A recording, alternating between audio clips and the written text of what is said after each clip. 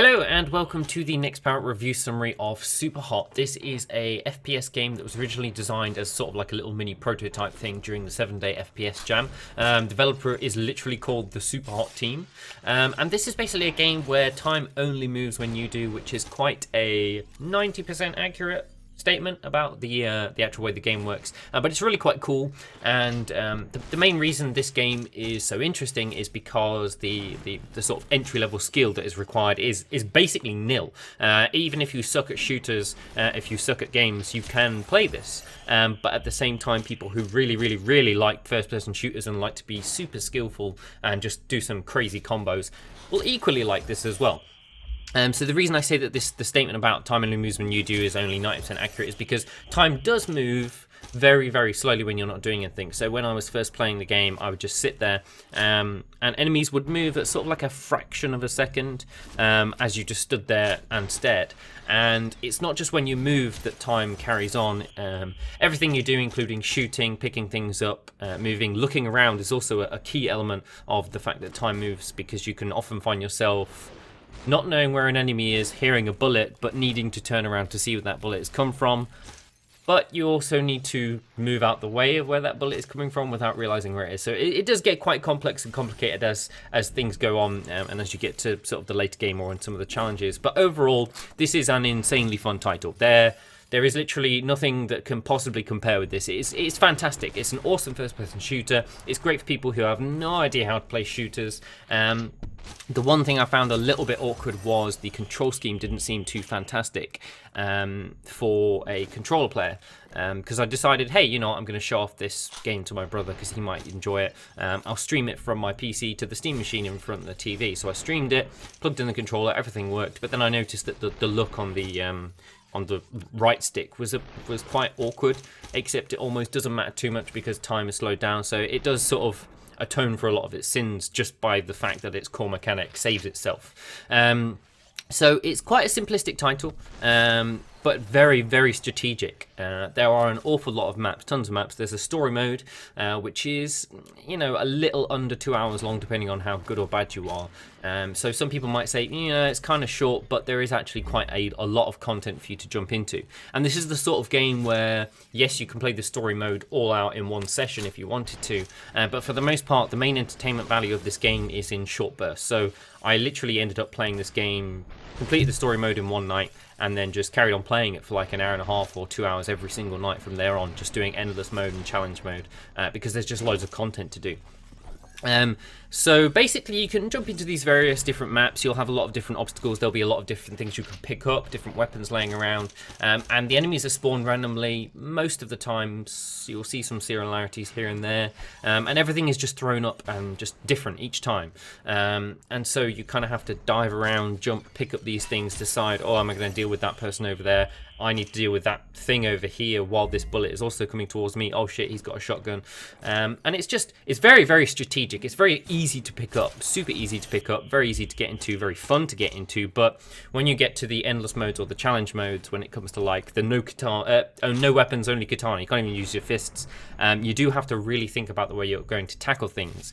Now, in the challenge and endless modes, endless mode, everything's completely randomized, just the same map, whereas in challenge mode, you're faced with the same thing over and over again, and so you can sort of slowly adapt a nice way of dealing with things. So it is quite a cool, quite interesting way of doing stuff. Visual design is quite simplistic, but it feels really good. For example, when you get the shotgun, and you just punch someone in the face, you grab their shotgun from out of the air before it flies over your head, and you just shoot them in the face. Even though it's all just a bunch of triangles, like each character probably only has a few hundred polygons making it up, and they're all the same character, it still feels really quite good. And yeah, it's massively simplistic art design, but it feels right somehow, and I can't really explain it. You just have to play it to understand. And in terms of weapon feel, everything feels fantastic. The pistol feels really useful because it's so accurate, has a decent amount of ammo. Yeah, it's slow to fire, but it's just a solid core weapon. The machine gun's awesome when it comes to just sidestepping and strafing and getting off a load of shots and just throwing things at people. And the shotgun feels awesome. It's only got 2 shots, but you can kind of take out a spread of enemies all in one hit. The katana feels fantastic. Even the pipe and the baseball bat feel cool because they're all one-hit kills. And it's just fun to throw a katana, which is almost indestructible, through a line of enemies. So every weapon feels really, really good. So there's not a huge amount of weapons. There's plenty of objects to pick up and throw at people, like ashtrays and TVs and stuff. But every weapon feels damn good. And I think they would be hard-pressed to add more weapons without them feeling too samey. So I think it's quite a nice balance right now.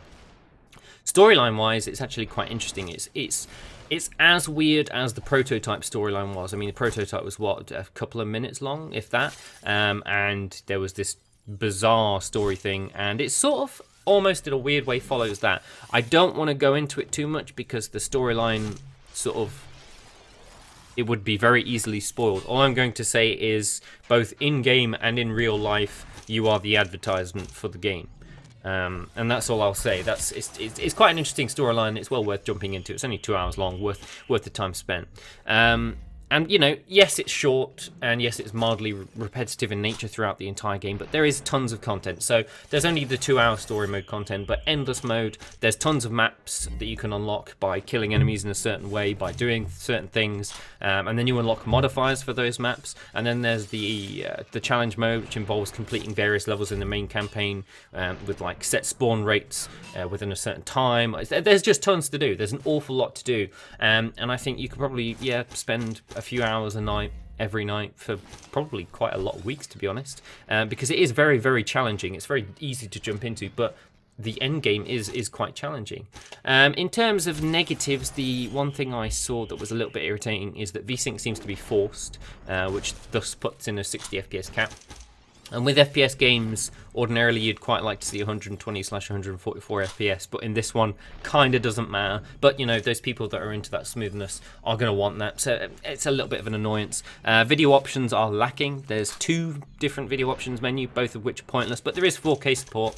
The one odd thing about 4K support is that the game basically looks the same on 1080p and 4K, which is a little bit odd. As I said earlier, it is quite a repetitive title. You do the same things over and over and over again, and some people might find that a little bit of a negative, but for the most part, what you're doing over and over and over again is always a little bit different, and it always feels fun, and it just feels great. And the other thing is, obviously, the story is slightly short, but, you know, I don't want to get into pricing because it's difficult to decide whether that's objective or subjective, and story length kind of doesn't matter too much because I don't know whether people are buying it for the storyline. But for the most part, yes, it is short story. It's 20-something dollars, like 24 euros, $21 or whatever.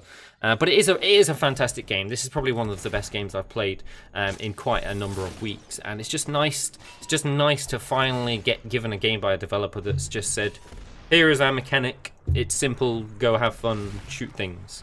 And it's kind of annoying because just not many developers do that anymore, and it just feels like it's hard to breach that kind of area when it comes to shooters. But this does it in a very excellent, very, very good fashion. Highly entertaining title, so yeah, I strongly recommend this game. And yeah, I'm quite thankful I managed to get to do a review of it before everyone else got to play it. So yeah, hope you guys enjoyed this review, and we'll see you guys on Saturday for our next week in gaming article. See you guys next time.